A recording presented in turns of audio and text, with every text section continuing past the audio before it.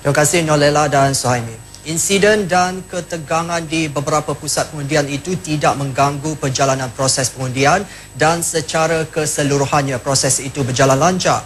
Sebaik saja pusat pengundian ditutup, tumpuan kini beralih ke pusat penjumlahan undi. Peti-peti undi akan dibawa ke pusat penjumlahan undi di Dewan Sivik Gua Musang. Ini termasuk peti undi di 6 kawasan pos orang asli. Kita terus saja bersama dengan Syaril Sarapuddin yang bersedia di sana. Syaril, apa perkembangan di sana?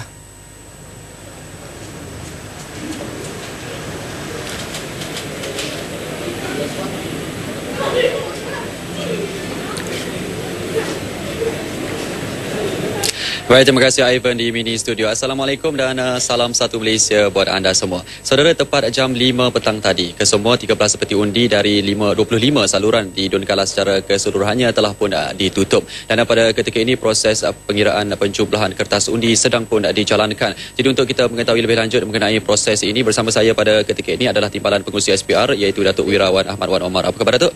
Alhamdulillah, terima kasih. Ya, baik Datuk, tapi sebelum itu mungkin kita semua nak tahu berapa peratus pengundi yang keluar mengundi hari ini Datuk? Kita belum dapat keputusan terakhir lagi lah, maksudnya peratusan terakhir. Tapi sehingga sekarang belum dikira 4 peti undi yang daripada kawasan 4 kawasan yang menggunakan helikopter tu, kita dah mencapai 76%.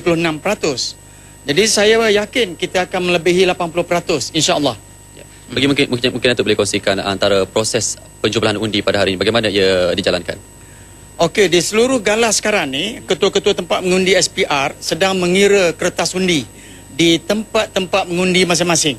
Dan apabila selesai mengira kertas undi, mereka akan masukkan kertas undi yang telah dikira itu ke dalam peti, dan peti itu akan disil dan akan dibawa kemari, dan keputusan yang dikira di tempat mengundi itu akan dicatat di dalam satu borang khas, dan jumlah calon-calon yang memenangi undi masing-masing, dan borang itu akan ditandatangani oleh ejen mengira undi mewakili calon masing-masing. Dan apabila selesai semuanya, peti undi yang telah disilkan mengandungi kertas undi yang telah dikira itu berserta dengan borang itu yang dipegang oleh ketua tempat mengundi, dan kumpulan itu dengan diiringi oleh anggota polis akan datang ke Dewan Penyembelahan Rasmi Undi, di mana borang itu akan diserahkan kepada pegawai pengurus untuk pegawai pengurus menjumlahkan keseluruhan 25 tempat mengundi di seluruh Galas. Jadi peti undi yang mengandungi kertas undi itu tidak lagi disentuh. Itu akan disimpan di atas pentas itu. Tetapi borang keputusan yang telah ditandatangani, disahkan oleh ejen calon masing-masing, yang itu akan dijumlahkan oleh pegawai pengurus kita di Dewan ini. Dan insya-Allah saya berharap sebelum jam 8 malam semua peti itu akan balik ke Dewan ini, dan kalau semuanya berjalan seperti yang dirancangkan, kita akan dapat mengetahui keputusan sebelum dalam jam 8 malam. Baik Datuk, secara puratanya dari SPR sendiri, bagaimana Datuk melihat sekitar hari pengundian pada hari ini, suasana? Saya duka cita sikit sebab semasa tempoh berkempen selama 9 hari, suasana berkempen tenang. Masing-masing menghormati, tidak menyerang peribadi, dan masing-masing mematuhi undang-undang, berkempen, berceramah dengan menggunakan permit dan sebagainya. Tetapi pada hari ini, saya kira dengan kemasukan para penyokong dari luar lah, dari luar Gua Musang ni, yang mana tidak ada kaitan dengan Gua Musang ni, mereka datang berkumpul di pusat-pusat mengundi tertentu ya, dan mereka mengganggu kehadiran pengundi. Tapi yang lebih serius lagi, pasukan para penyokong luar ni, mungkin dari kedua belah parti ya, mereka mengeluarkan kata-kata provokasi yang kesat, yang mana kalau tidak kerana polis mengawal dengan begitu baik, saya rasa berlaku pergaduhan, berlaku perkara yang tidak diingini.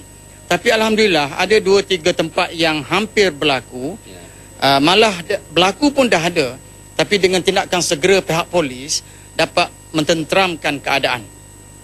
Baik, terima kasih Datuk kerana sudi berkongsi sedikit sebanyak maklumat dengan kita semua hari ini. Terima kasih Datuk. Baik saudara, nampaknya sememangnya kita semua tidak sabar-sabar lagi untuk mengetahui keputusan pilihan raya kecil N45 Donggala ini yang akan diumumkan seawal-awalnya pada jam 8 malam nanti.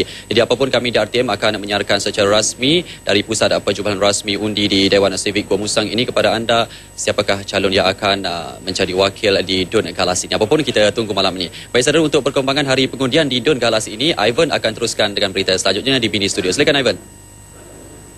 Ya, terima kasih Syahril, langsung dari pusat penjumlahan undi. Baik saudara, berbalik pada insiden kecoh di beberapa pusat pengundian, ia dipercayai ditimbulkan penyokong yang datang dari luar kawasan ini.